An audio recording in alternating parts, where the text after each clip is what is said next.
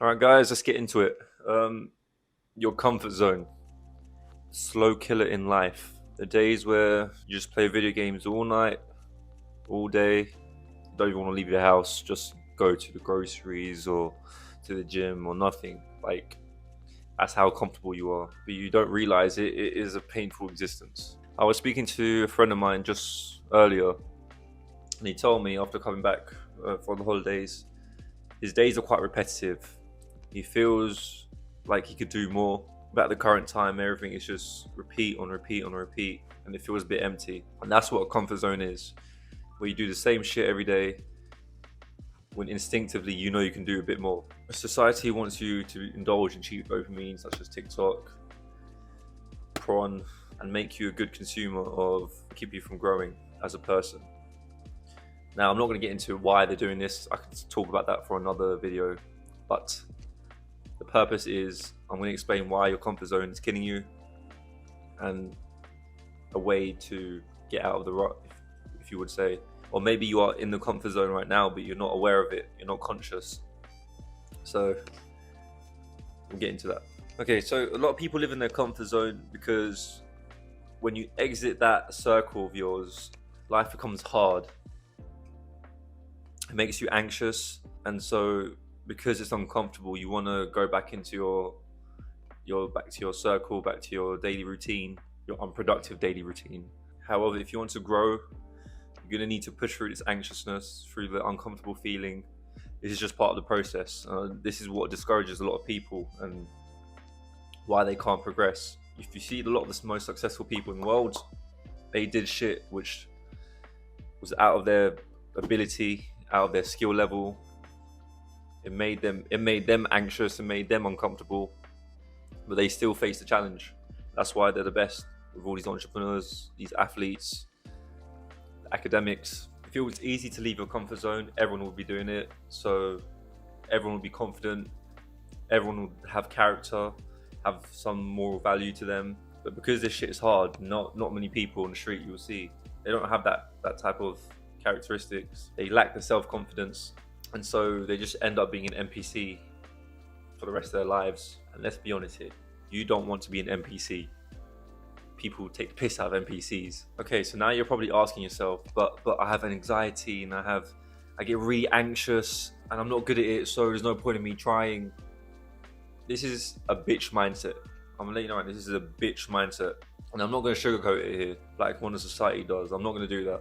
I'll tell you the truth. The world doesn't care about your problems. The world doesn't care if you're anxious. The world doesn't care that you're depressed. The world doesn't care you got personal problems that you need to deal with. So you have two options. So you can either get stuck in your head and let time fly by and you'll be old and have tons of regret, wishing you could change earlier.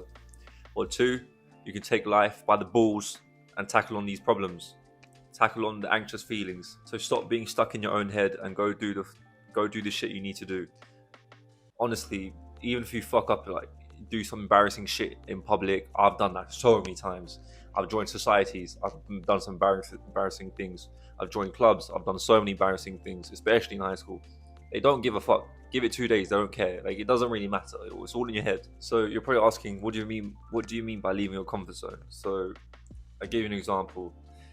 If you're quite shy and you lack social skills, well then you should attend parties. If you get invited to a party, if you're not a loner, if you're shy and you get invited to parties, go. It will be hard. At first, most of us like this, at first we're shy, but you force yourself to socialize, you force yourself past those embarrassing moments and you become comfortable in the environment. Another example, go to the gym and you think people are going to stare at you, make fun of you because you're doing some move, God knows what you're doing, but that's fine. They're going to forget about it. If they don't record you or put it on TikTok, which it won't happen, don't worry. It will be uncomfortable at first, going to the gym, but after a week or two, you get into the rhythm. Then after a month goes by, then 2 months goes by, then 3, 4, and so on, and it becomes your second home. You become comfortable in the environment you put yourself in constantly. Push yourself to be uncomfortable. Remember this: no one respects the timid and the shy. People respect those who are confident, who have character. These are the type of people who push out of their comfort zones. When you push out your comfort zone, you gain respect from other people, from other pupils, from employees, from bosses, because because you don't shy away from challenge. Along those lines, your character is like a muscle. So at first, you don't have any character, or you have very small character. You put yourself in uncomfortable situations, you leave your comfort zone, it grows bigger, bigger, and then bigger. It becomes big, and people notice it. People can tell on first glance, or when they meet you at first, they can tell what type of character you are, if you're an impressionable person. So this is where adversity is also good for you. You need to go through some sort of adversity, some sort of suffering. And if you're living a comfortable life and you don't see a method of putting yourself through suffering, if life doesn't give you suffering, then put yourself in a condition where you can suffer. I'll give you an example. Go to the fight gym or stuff, for example. Just do one of that stuff. Or you can do public speaking. Do a public speaking class. I don't know, apply for a TED Talk. Don't know how to do that, but people do it. It's uncomfortable, they do it, so fair play to them. Remember here, when you go through times of adversity, at first it's shit. But when you come out of it, you will notice how much you've grown. And also what I've noticed with a lot of these entrepreneurs, these athletes, these successful people, they all say success is painful. To get to where they are, it's painful. It requires sacrifice. So what you need to do is be comfortable in the uncomfortable. You learn so much outside your comfort zone. But what you don't want to do is push yourself too far out of your comfort zone.